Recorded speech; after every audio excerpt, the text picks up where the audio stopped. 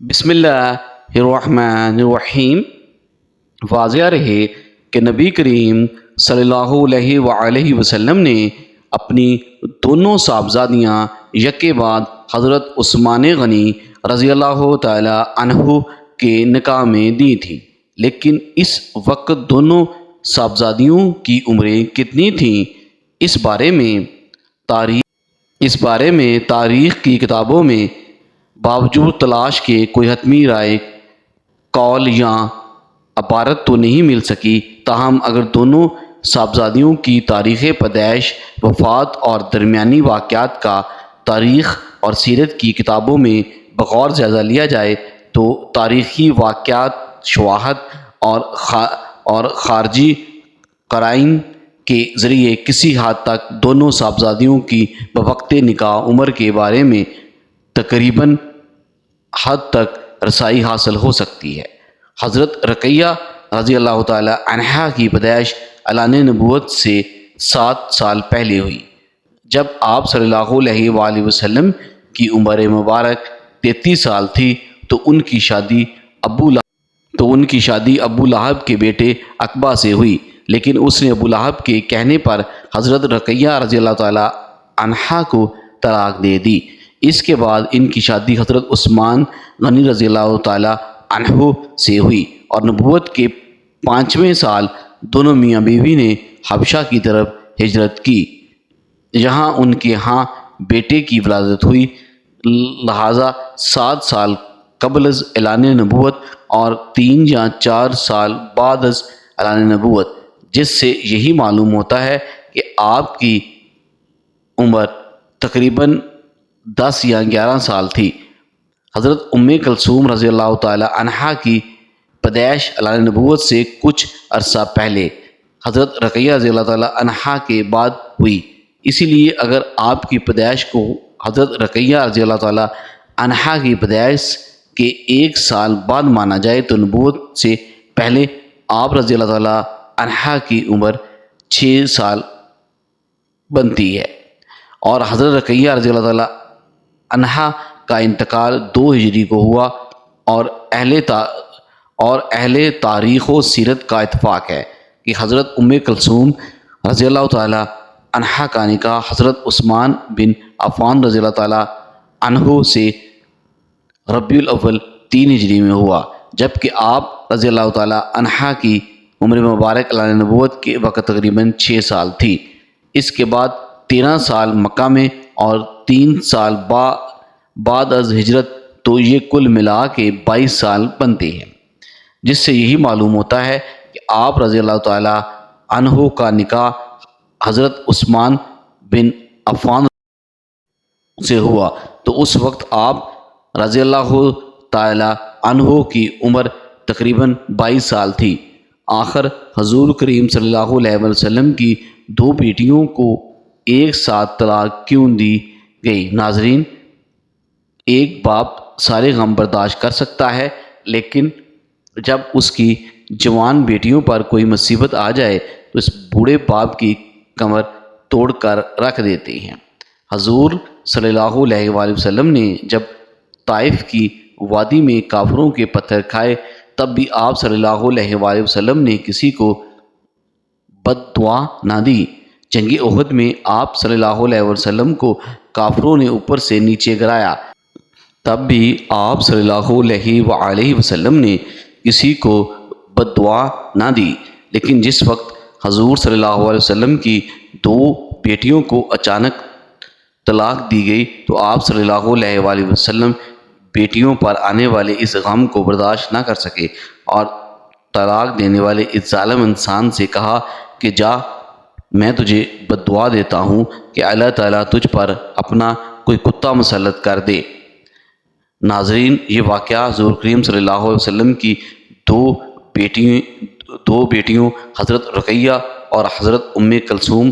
رضی اللہ تعالی عنہا کا ہے، کہ جن کی شادی حضور کریم صلی اللہ علیہ وسلم نے نبوت کے اعلان سے پہلے اپنے چچا ابو لہب کے 2 لڑکے عتبہ اور عتیبہ سے کر دی تھی، لیکن جب حضور کریم صلی اللہ علیہ وآلہ وسلم نے اپنی نبوت کا اعلان فرمایا تو آپ صلی اللہ علیہ وآلہ وسلم کے گھر والے ہی آپ کے دشمن بن گئے، اور اسی دشمنی میں حضور کریم صلی اللہ علیہ وآلہ وسلم کی 2 بیٹیوں کو طلاق دے دی گئی۔ حضور کریم صلی اللہ علیہ وآلہ وسلم کا مکمل واقعہ کچھ اس طرح ہوا کہ جب آپ صلی اللہ علیہ وآلہ وسلم کی دعوت تبلیغ سے اسلام تیزی سے پھیلنے لگا تو مکہ کے کافروں کی نیندیں اڑ گئیں اور انہیں کسی پل بھی سکون نہ ملتا۔ وہ ایسے موقع کی تلاش میں رہتے تھے کہ جب وہ حضور کریم صلی اللہ علیہ وآلہ وسلم اور غریب مسلمانوں کو تکلیف دے کر انہیں اسلام چھوڑنے پر مجبور کر سکیں، یہاں تک کہ ان ظالموں نے حضور صلی اللہ علیہ وآلہ وسلم کے قتل کا منصوبہ بنا رکھا تھا، لیکن اللہ تعالیٰ نے حضور صلی اللہ علیہ وآلہ وسلم کی مدد فرمائی اور ان ظالموں کی سازشوں کو ناکام کر دیا۔ مکہ کے کافروں نے بیچارے کمزور مسلمانوں کو اپنا نشانہ بنایا اور ان کو تڑپا تڑپا کر دل کی بڑاس نکالنے لگے۔ اس کام میں مکہ والے تنہا نہ تھے بلکہ بہت سے دوسرے قبیلے والے بھی ان کا ساتھ دیا کرتے تھے۔ دن بدن ان کے ظلم و ستم بڑھتے ہی جا رہے تھے۔ ان میں سے کچھ ایسے بھی بے رحم تھے کہ جن کے سینوں میں دل ہی نہیں تھا بلکہ پتھر کے ٹکڑے تھے۔ ان لوگوں نے بے بس مسلمانوں کو قید کر کے بہت مارا پیٹا، انہیں بھوکا پیاسا رکھا، مکہ کی تپتی ریت پر لٹا کر لوہے کے گرم سلاخوں سے داغا۔ انہی بے بس مسلمانوں میں حضرت عمار بن یاسر بھی تھے کہ جن کو مکہ کے ظالم لوہے کی زریں پہنا کر دھوپ میں لٹا دیتے اور اس تپتی زمین پر انہیں اتنا زیادہ مارتے کہ وہ بے ہوش ہو جاتے۔ انہیں کمزور مسلمانوں میں حضرت خباب بن ارت رضی اللہ تعالی عنہ بھی تھے کہ جن کے سر کو لوہے کی گرم سلاخوں سے داغا جاتا۔ ایک دن 2 ظالموں نے حد کر دی کہ کوئلہ دہکا کر اس پر حضرت خباب کو چت لٹا دیا اور یہاں تک کہ وہ کوئلہ ان کے خون سے ٹھنڈا پڑا۔ انہی مظلوم مسلمانوں میں حضرت بلال حبشی رضی اللہ تعالی عنہ بھی تھے کہ جو امیہ بن خلف کے غلام تھے، اور حضرت بلال رضی اللہ تعالی عنہ نے اسلام قبول کیا تو ان کے مالک نے ان کا کھانا پینا بند کر دیا، اور پھر جب حضرت بلال حبشی رضی اللہ تعالی عنہ بھوک پیاس سے بے حال ہو جاتے تو ٹھیک دوپہر کے وقت وہ ظالم حضرت بلال حبشی رضی اللہ تعالی عنہ پر گرم تپتی چٹان رکھ کر انہیں دھوپ میں لٹا دیتے تاکہ وہ اسلام کو چھوڑ دیں، لیکن حضرت بلال حبشی رضی اللہ تعالی عنہ ان سبھی تکلیفوں کو برداشت کرتے اور اپنی زبان سے صرف ایک ہی لفظ کہتے کہ میرا اللہ صرف ایک ہے، اس کے علاوہ کوئی دنیا کا مالک نہیں۔ حضور کریم صلی اللہ علیہ وآلہ وسلم جب بھی حضرت بلال حبشی رضی اللہ تعالی عنہ کے پاس سے گزرتے تو ان کی ایسی تکلیف دیکھ کر آپ صلی اللہ علیہ وسلم کی آنکھوں میں آنسو بھر آتی، اور پھر حضرت بلال حبشی رضی اللہ تعالی عنہ سے فرماتے کہ اے بلال صبر کرنا، اللہ تمہیں اس کا بہتر بدلہ عطا فرمائے گا۔ بات یہاں تک نہ تھی بلکہ ایک دن آپ صلی اللہ علیہ وآلہ وسلم کی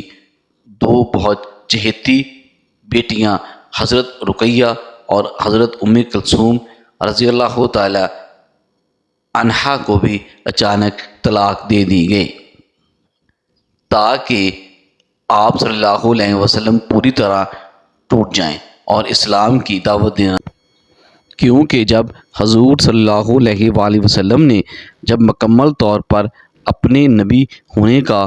کھلا اعلان فرمایا تو ابو لہب نے حضور صلی اللہ علیہ وآلہ وسلم کو گالیاں دینا شروع کر دیں اور کہنے لگا کہ اے محمد صلی اللہ علیہ وآلہ وسلم، تیرا برا ہو، تو اس پر اللہ نے قرآن کی آیتیں نازل کرتے ہوئے فرمایا کہ برا تو ابو لہب کا ہوگا۔ حضرت رقیہ رضی اللہ تعالی عنہا اور حضرت ام کلثوم رضی اللہ تعالی عنہا آپ صلی اللہ علیہ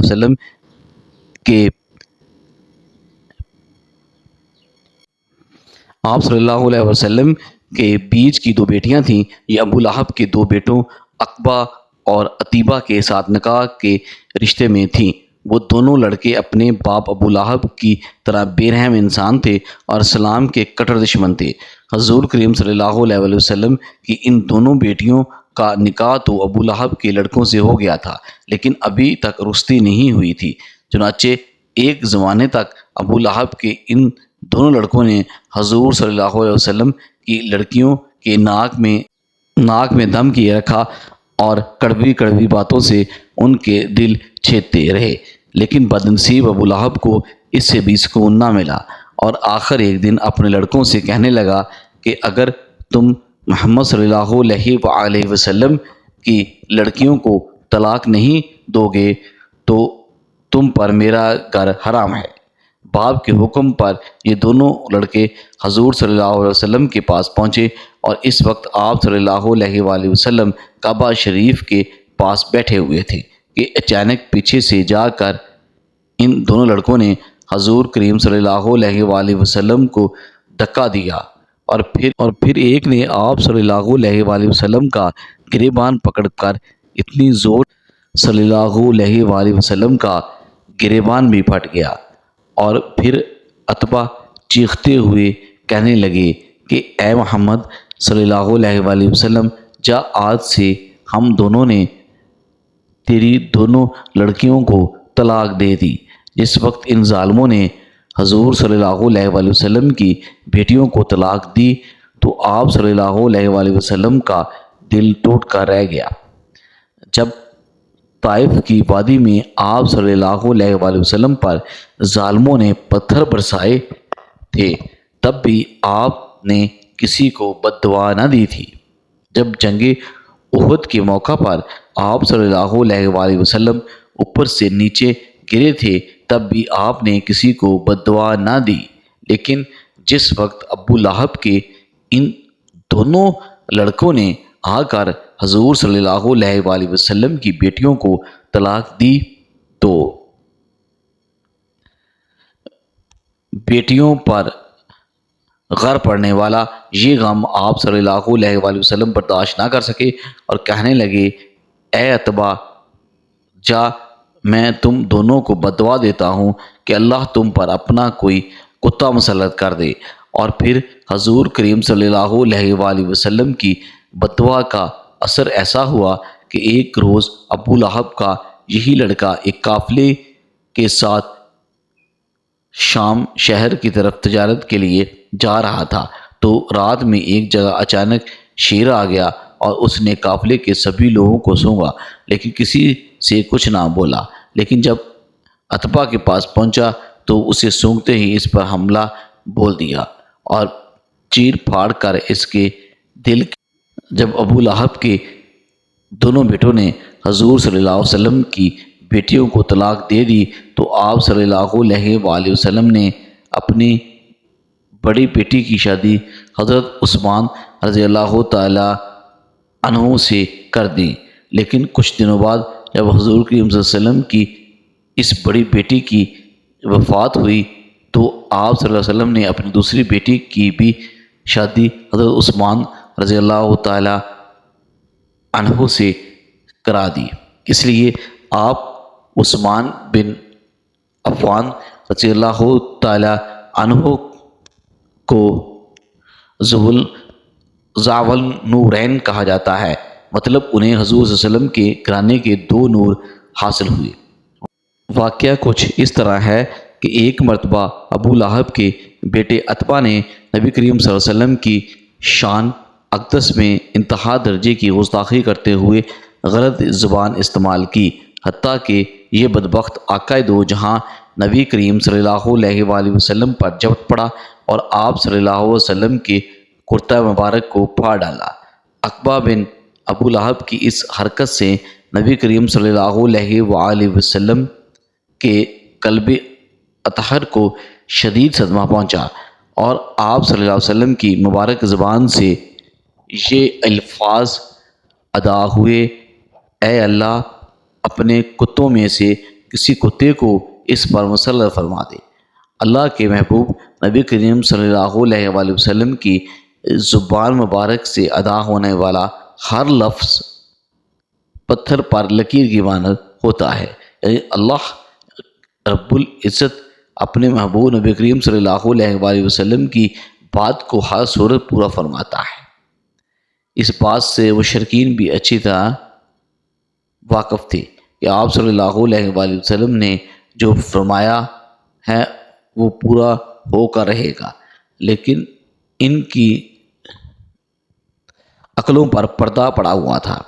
اگلے دن ابو لہب اور اس کا بیٹا عتبہ دونوں بدبخت تجارت کی غرض سے ایک قافلے شام کی طرف نکلے۔ سفر کرتے کرتے رات ہو گئی۔ قافلے والے زرقا کے مقام پر ایک راہب کے پاس رات گزارنے کے لیے ٹھہرے۔ راہب نے قافلے والوں کو پہلے ہی آگاہ کر دیا تھا کہ یہاں آس پاس جنگلی درندے بہت ہیں، اس لیے ہوشیار رہنا۔ یہ سن کر ابو لہب کو نبی کریم صلی اللہ علیہ وسلم کی وہ بات یاد آ گئی اور اس نے قافلے والوں سے کہا کہ اے لوگو، محمد صلی اللہ علیہ وآلہ وسلم نے میرے بیٹے عتبہ کے لیے ہلاکت کی دعا کی ہے، اس لیے کسی درندے کے حملے کا مجھے یقین ہے۔ تم لوگ سارا سامان تجارت کا ایک جگہ اکٹھا کر اس کے اوپر عقبہ کا بستر لگا دو اور سب لوگ اس کے ارد گرد سو جاؤ تاکہ میرا بیٹا درندے کے حملے سے محفوظ رہے۔ چنانچہ قافلے والوں نے عتبہ کی حفاظت کا پورا بندوبست کیا اور سب سو گئے۔ کچھ دیر بعد ایک شیر وہاں پہنچا مگر اس نے کسی پر حملہ کرنے کی بجائے سوئے ہوئے لوگوں کو سونگنا شروع کر دیا اور آگے بڑھتا رہا، مگر کسی کو ذرا برابر بھی کھروچ نہیں ماری، جس سے یہ لگتا تھا کہ یہ بھوکا نہیں ہے، ورنہ اتنے لوگوں میں سے کسی کو بھی چیر پھاڑ کر رکھ دیتا۔ یہ سب کو سونگتا ہوا آخر اس بندے تک پہنچا، لیکن اسے جس کی تلاش تھی اس کی بو اسے محسوس نہیں ہوئی۔ یہ کچھ قدم آگے چلا گیا، لیکن پھر اچانک مڑا اور تجارتی سامان کی جانب آ کر رک گیا، اور اس سامان کے اوپر وہ بدبخت اور گستاخ رسول صلی اللہ علیہ وآلہ وسلم سو رہا تھا۔ یہ جگہ کافی اونچی تھی، اس لیے اسے اونچا کیا گیا تھا تاکہ کوئی درندہ عتبہ پر حملہ نہ کر سکے۔ شیر نے تجارتی سامان پر چھلانگ لگا دی اور ابو لہب کے بیٹے عقبہ کے بستر پر جا پہنچا، اور یہ شیر جو کچھ لمحے پہلے بالکل عام جانوروں کی طرح لگ رہا تھا، ابو لہب کے بیٹے عقبہ کو دیکھتے ہی خون خوار لہجے میں دھاڑنے لگا اور پوری طاقت سے عتبہ کے سر کو اپنے خون خوار نوکیلے دانتوں سے دبوچ لیا۔ سب قافلے والے بھی جاگ گئے تھے، مگر اس شیر کی داڑھ ہی اتنی غضبناک تھی کہ کوئی اس کے سامنے تک نہ آیا، اور ابو لہب اپنے بیٹے کو بچانے کی دہائی دیتا رہا۔ اس شیر نے حیران کن طور پر عقبہ کا نہ خون پیا اور نہ ہی گوشت نوچ کر کھایا۔ شیر نے صرف عتبہ کے سر کو اس قدر بری طرح چبایا کہ دیکھنے والوں کے ہوش اڑ گئے اور عقبہ تڑپ کر جہنم واصل ہوا۔ اس کے بعد بھی اس شیر نے کسی کو نقصان نہ پہنچایا اور اچانک وہاں سے چلا گیا۔ بعد میں لوگوں نے اس شیر کو تلاش کیا، مگر کچھ بھی پتہ نہ چل سکا کہ آخر یہ شیر کہاں سے آیا اور کدھر غائب ہو گیا۔ ناظرین، نبی کریم صلی اللہ علیہ وآلہ وسلم کے گستاخوں کو اللہ رب العزت اس دنیا میں سبق سکھا دیتا ہے، آخرت کا عذاب تو ابھی باقی ہے۔ تاریخ گواہ ہے کہ اللہ جس کسی بدبخت نے پیارے آقا صلی اللہ علیہ وآلہ وسلم کی ناموس رسالت کو پامال کیا، اس کا انجام عبرتناک ہوا، اور عقبہ کا سر چبانے والے شیر جیسے شیر آتے رہیں گے۔ اور آتے رہے ہیں اور آتے رہیں گے انشاءاللہ۔ اللہ پاک ہمارے نبی کریم صلی اللہ علیہ وآلہ وسلم سے سچی محبت رکھنے کی توفیق عطا فرمائے اور ہمیں نیکو کاروں میں شامل کرے، آمین ثم آمین۔ ناظرین، کامنٹ باکس میں اللہ تعالیٰ کے 99 ناموں میں سے ایک نام ضرور ٹائپ کیجیے۔ اس طرح کی اچھی ویڈیو سننے کے لیے چینل کو لائک اور سبسکرائب کریں۔ تو ملتے ہیں ایک نئی ویڈیو میں۔ اللہ حافظ۔